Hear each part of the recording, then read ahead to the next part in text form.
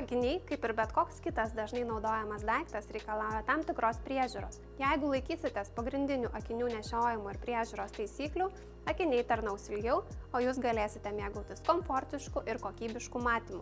Tinkamai akinių priežiūrai reikalingi servetėlė, specialus valiklis ir akinių dėklas.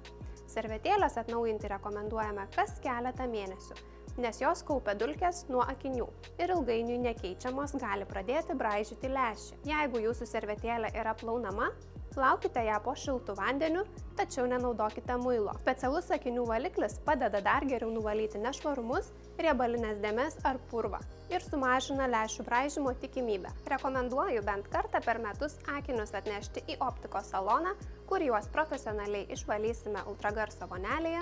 Šis būdas padės dar kokybiškiau išvalyti akinius, pašalinant nešvarumus net tose vietose, kuriuose servetėlių pagalba to atlikti nepavyksta. Žiemą rekomenduoju naudoti akinių rasojimą mažinančius gelius ar servetėles.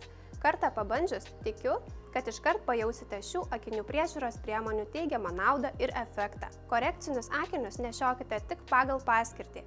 Prisiminkite, kad akinių negalima dėvėti ant galvos, nes toks net ir trumpas nešiojimo būdas gali deformuoti rėmelį. Akiniai išsiplės ir pradės slinkti nuo veido. Nusimkite ir užsidėkite akinius abiem rankomis.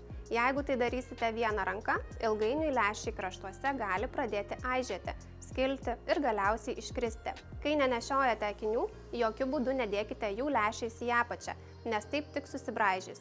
Geriausia akinius laikyti specialiame dėkle.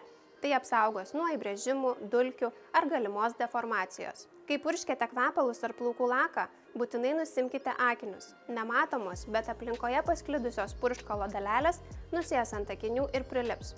Ilgainiui bus beveik neįmanoma nuvalyti ir tai ne tik matysis, bet ir kenks kokybiškam matymui. Venkite didelio tiesioginio karščio. Karštą vasaros dieną nepalikite akinių automobilyje, neikite su jais į pirtį, neatidarykite karštos orkaitės durelių dėvėdami akinius. Tiesioginis karštis gali itin pakenkti akinių lęšiams. Galbūt to nepamatysite iškart, bet laikui bėgant lęšius dengiančios dangos gali pradėti aižėti ar luptis. Būnant pajūryje, saugokite tiek korekcinius, tiek saulės akinius nuo smėlio. Mažos dalelės gali subraižyti lęšius ir pridaryti daug žalos akiniams.